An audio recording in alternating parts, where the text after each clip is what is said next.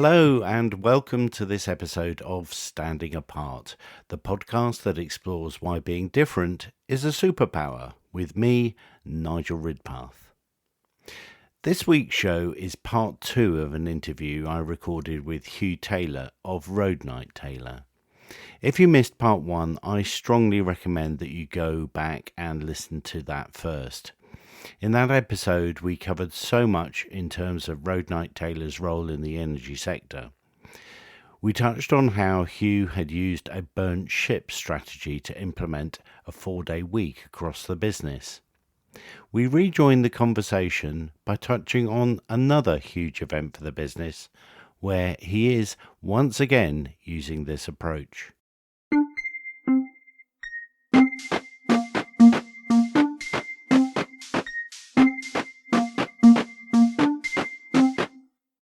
And you've got another big burnt ships event coming up in the near future. Yeah. Tell us about that. Yeah, so that's an interesting one. So Lucy and I are going to the States in October in order to investigate the potential for taking the Road Night Taylor model that we have here with those territory specialist subject matter experts, those engineers, and seeing if we would be able to replicate it in the States. And we don't know whether we would. There are some similarities between that regulatory framework and the way that markets work over there. And obviously they speak the same language. So there are some reasons for me to think that it might work. And so we're gonna find out, and so that's kind of partly why we're there. But the really cool thing about this, the kind of the burnt ships thing, is that we said we are doing it, and we've known for quite some time that we're doing it. And similar to the 4-day work week, we are being very intentional about how we go about it. Partly because, so with the 4-day work week, going down to 4-day work week means that you actually need to be 25% more productive with your time in order to meet the same productivity over 5 days. That's the kind of the theory. And I thought, well, what if we massively exceed that? And I think we massively did. And if you use as a proxy, if you use your profitability as a proxy, as a measure for your impact, then and productivity, then because we added in the first year that we went down to a 4-day week, we added 50% to our profitability. So, that kind of worked, but it wouldn't have worked if we hadn't put all that work in. Yeah. And what we're doing when Lucy and I go to the States is that we're actually going to be only spending, it'll probably be a maximum of 4 hours on Road Night Taylor UK. Yeah. Which means that, which I think came as a bit of a shock to the team that we were going to be doing that. But what it does mean is that we, in part, have to become far more effective. I have to become far more effective with those 4 hours that I've got. So if I can double my impact, then that's great. So that's having this burnt ship has really focused my mind on what I should be doing, what's important. And in addition, it gives the rest of the team the opportunity to I say step up sounds wrong because they step up all day, every day, but to essentially fill that potential vacuum. Yeah. And because we started working on this some time ago, what we're seeing from, I think, from myself and Lucy and from the team, it has been game changing. So if we get to the States and go, what, this just doesn't work, whether it's a regulatory thing or I have this, I say I haven't cracked any kind of code, and it might be that this cake that we've baked here, that from the outside looks beautiful, it might have a fatal flaw in it.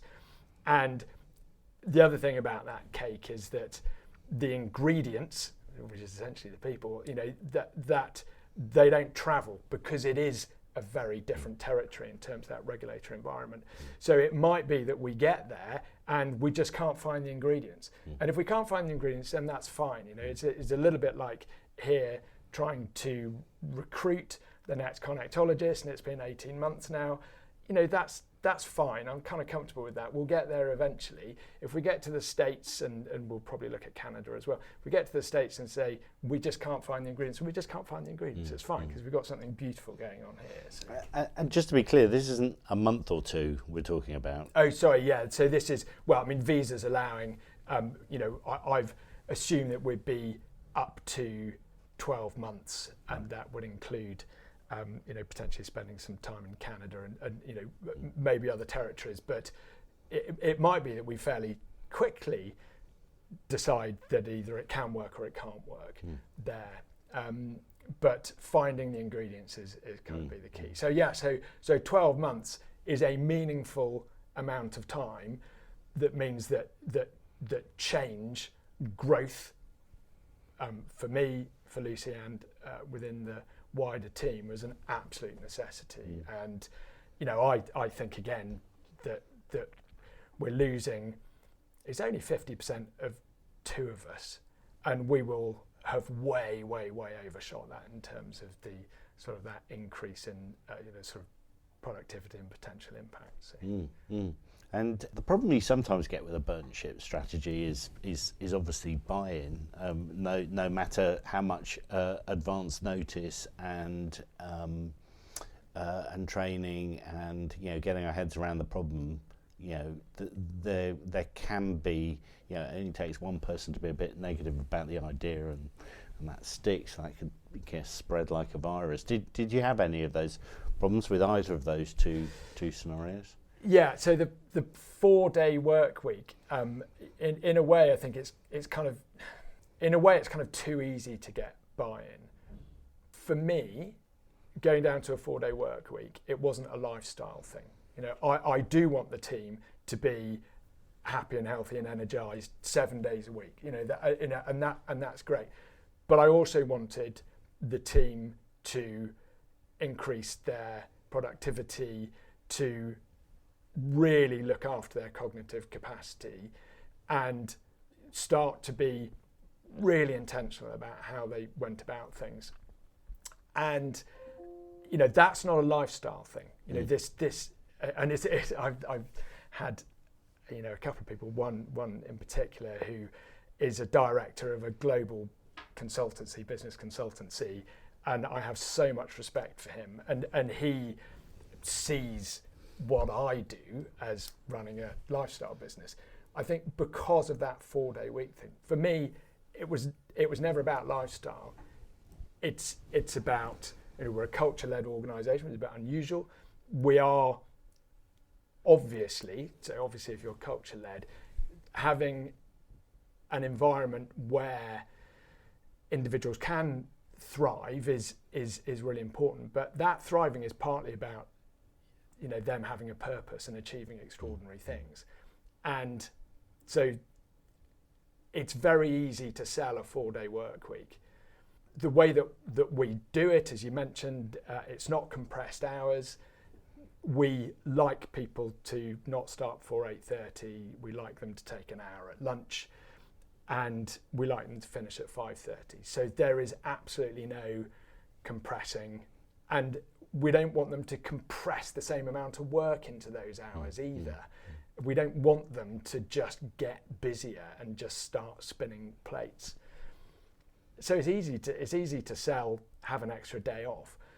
Selling, take a step back from what you're doing and think really hard about how to not be busy and how to be more impactful and get some momentum into that.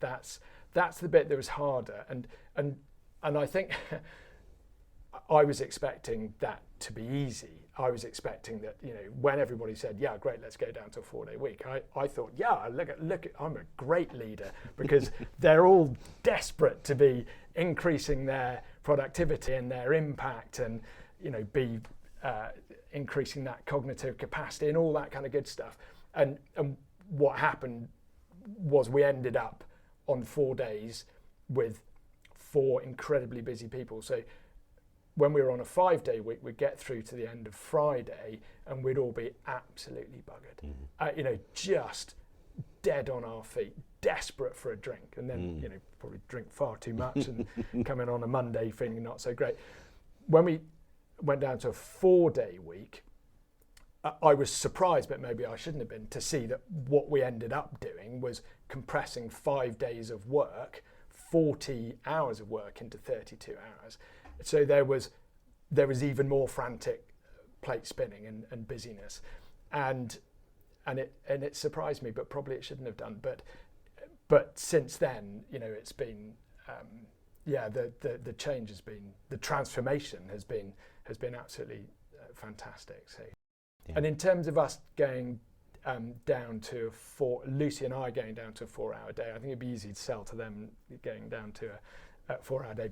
But for Lucy and I going down to a 4-hour day, I think initially there was a bit of surprise and there was definite concern, and I think it took a while to get people to understand, I think, that it was such an opportunity, not so much just for kind of individuals within the team, but for the business as a whole, to actually be less reliant on Lucy and I, and kind of more reliant on each other, really. And now I think they're looking forward to it. Abby, you looking forward to it? Abby's looking forward to it. No, I think they're looking forward to it, and it's great. And with Teams, we've been on Teams since you set us up on Teams 7 years ago, and we've been on Teams for so long now, since way pre-COVID, that it's us being over there is, I don't think it's going to be a massive problem. Do you think there's even going to be a small part of you that's going to feel slightly weird if your team are thriving with you only doing 4 hours a day with them? No, I can absolutely say I think the more they thrive without me, not without me, it's kind of totally, but the merrier. I can't wait. I want them to not need me. They don't need me. I want them to know that they don't need me. So that's okay. Yeah. You describe yourself as a culture-led organisation, and we were talking a little bit before we sat down today about the flywheel. Tell me a little bit more about that. Okay, so I mentioned Jim Collins' book Good to Great, which is brilliant, and within that he has this concept of a flywheel. So he identifies that one of the common factors between the organisations that he studied that went from 20 years of being good to 20 years of being great and just beating the market in the States, one of the common factors was that they had this flywheel, this way of through disciplined action, putting the right effort into the right areas consistently, that they just achieved extraordinary momentum. And so he wrote a book called The Flywheel, where he really developed the concept to a huge extent. And right in the middle of the .com bust, he worked with Jeff Bezos and the board of Amazon in order to put together the Amazon flywheel, and the rest is history. And he did the same with Intel, and the rest is history. It is an amazing exercise to go through. So I used his book, which essentially is a sort of a step-by-step method as to how to put together your own flywheel. And a lot of it is reflecting on what you are already doing that works well.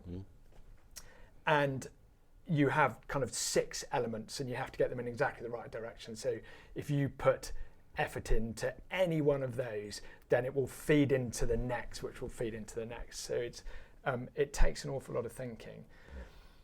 And I came up with 6 elements, and I was trying to get them to work. And I spent weeks and months on this, by the way. Just the amount of mental effort that went into it was because your starting point was you thought you were a purpose-led organisation. Yes, of course. Well, I thought, we're heavily involved in renewables, and that is important here.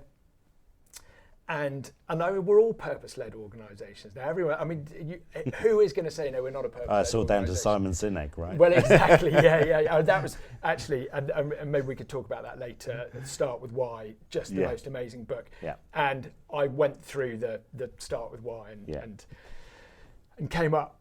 It's not come up with really. Came to the realisation of what our own why is. So that was really cool. So I assume we were purpose-led, and getting these 6 elements to work. And for those who are lucky enough to be watching this on a video, because I'm sure we'll stick this up on YouTube.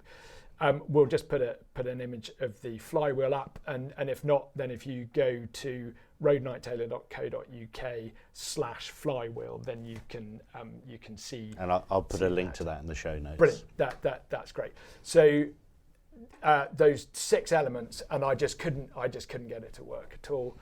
So I do like sort of imposing a sort of an artificial constraint, really, and in a way going down to a 4-day week was a constraint that meant that we innovated, and we had to think outside the box and think differently, and it worked. And Lucy and I going down to a 4-hour day, kind of a similar thing.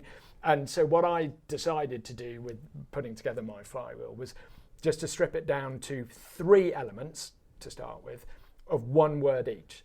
And so I came up with the 3 words, and that was purpose, because we're all purpose-led, right? So I put that at the top, and then culture, and then impact. And I spent another very long time trying to get that to work, and I just couldn't. And eventually, it just dawned on me. I just thought, but we're not purpose-led, so we're culture-led, 100%. And as soon as I realised that, then everything just fell into place, and I put them in the right order, and then I put the elements in the right order, and it was just great. And so the exercise of putting together the flywheel in itself was just completely game-changing for everything that we are and we do here now, of actually understanding what actually makes us tick. So, I'd recommend that to anyone. So could you point to kind of one concrete example of how having that flywheel has impacted a decision you've made? Oh yeah. So let me just think of. Oh, yeah. I mean, there are so many. The first 2 elements of the flywheel are building a nurture environment for each individual to grow and to thrive, both personally and professionally. So that's the very, very first one.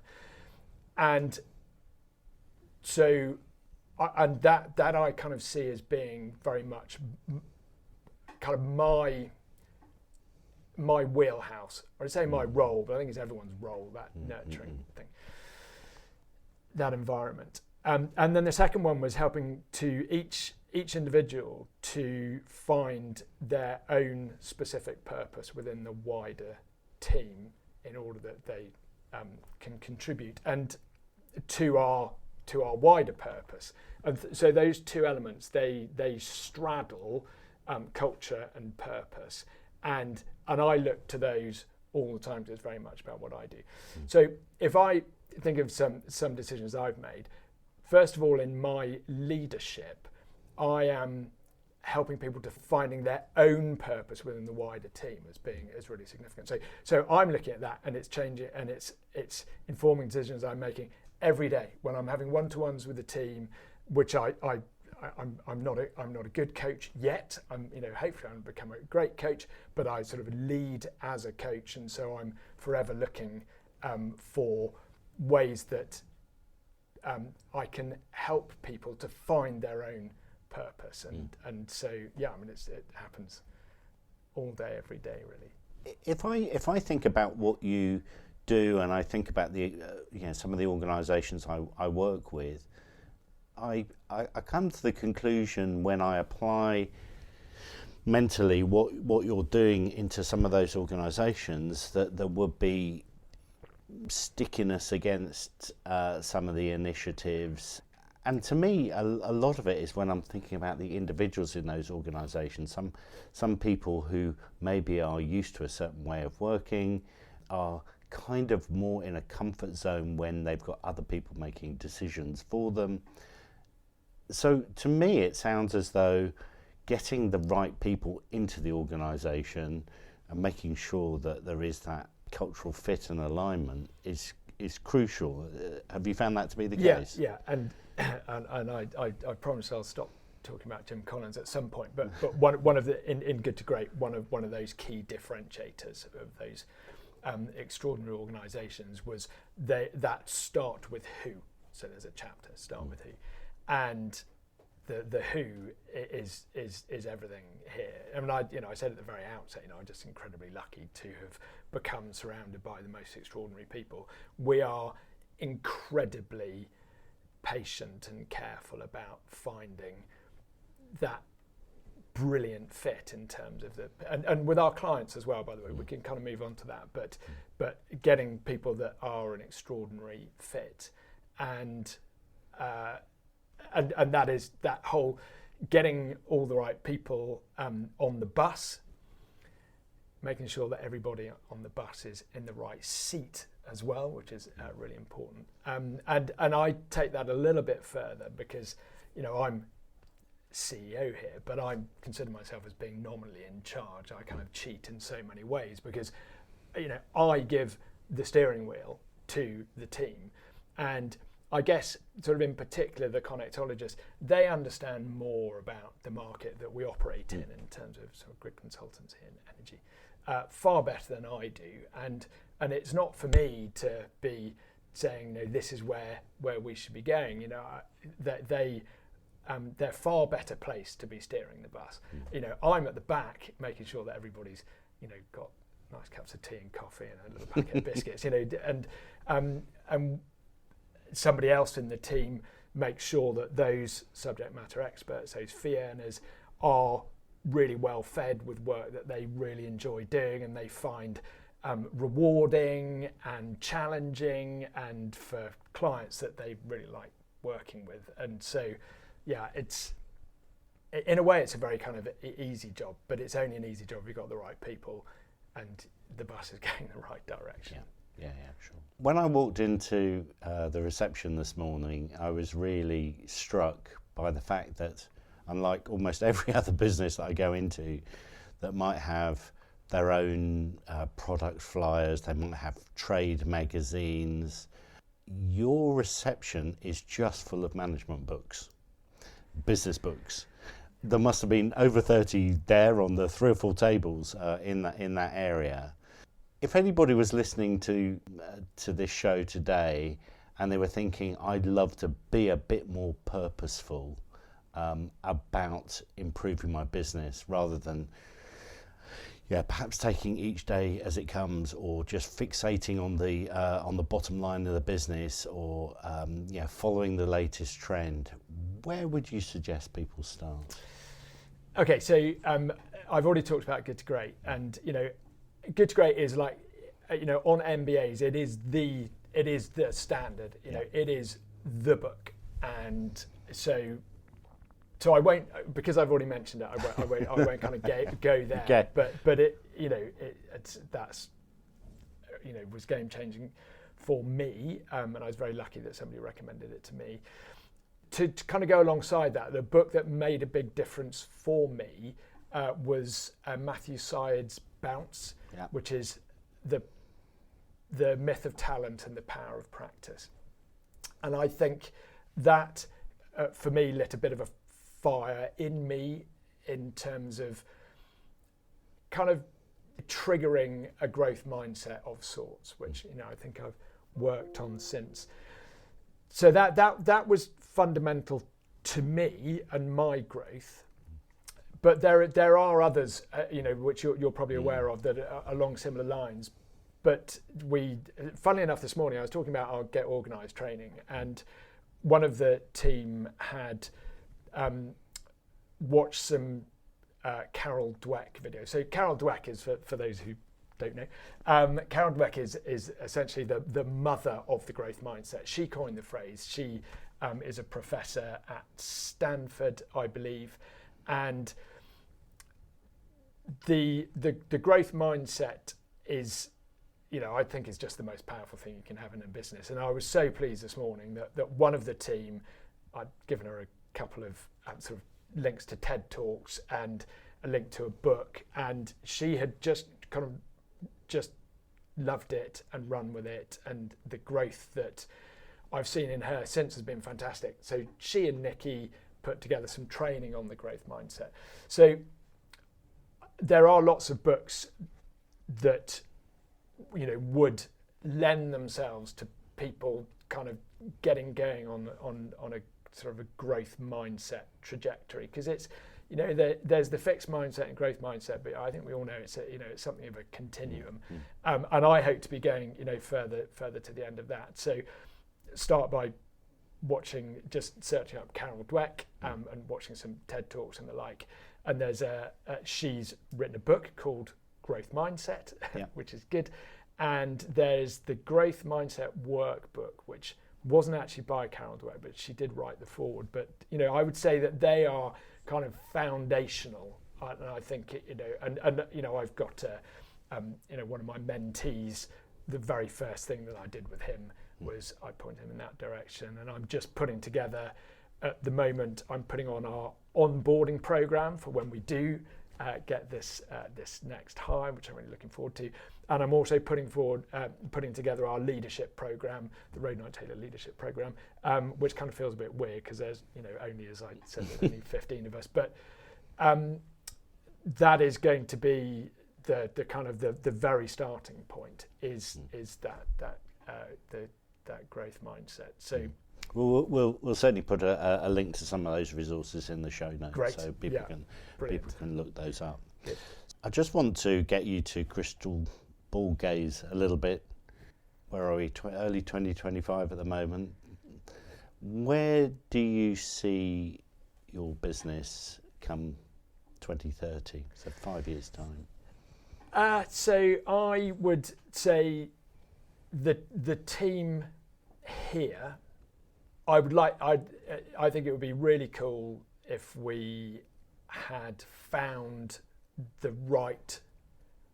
next 5 number in terms of connectologists, and I'd only bring them on if they're right, and if we think that the market will demand it, and so that's kind of key, and yet mine and Lucy's day-to-day input would have shrunk. So I think we could probably end up there with a team of 12, and that'd be really cool. And I don't really know about ownership of the business. I mean, it would be lovely if the team sort of stepped forward and took on sort of ownership. That's something that I kind of dream of, but that's nobody stepped up yet, but that might be something.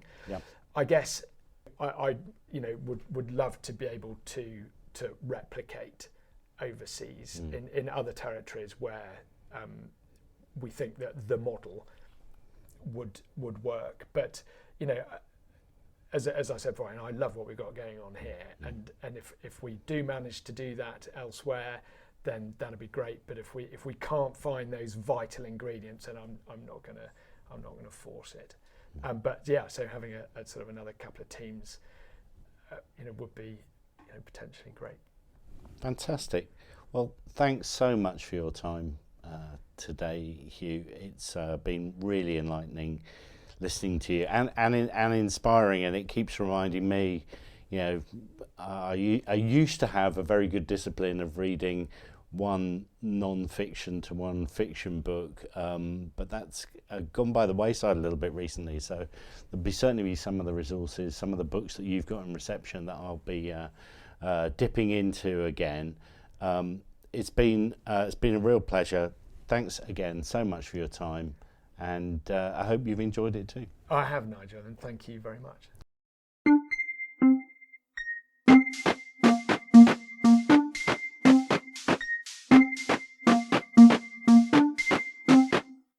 Well, there's certainly a lot to digest there.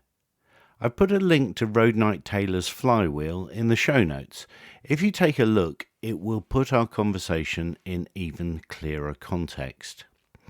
Dusting off my old copy of Good to Great, I was reminded that the corollary of the flywheel approach is the doom loop.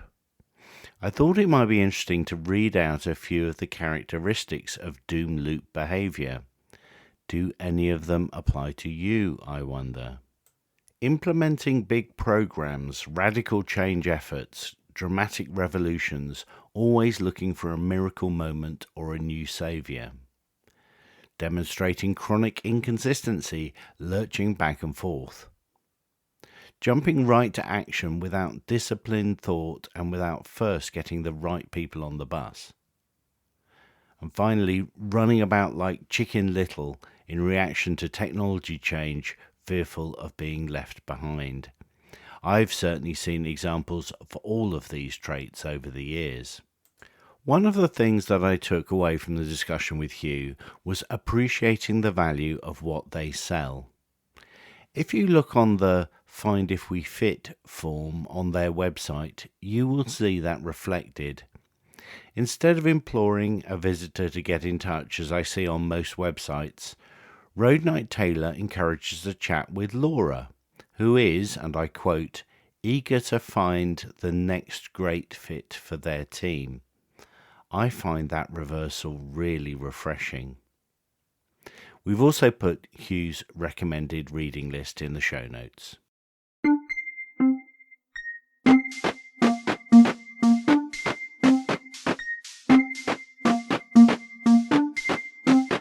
So once again, we're coming towards the end of the show.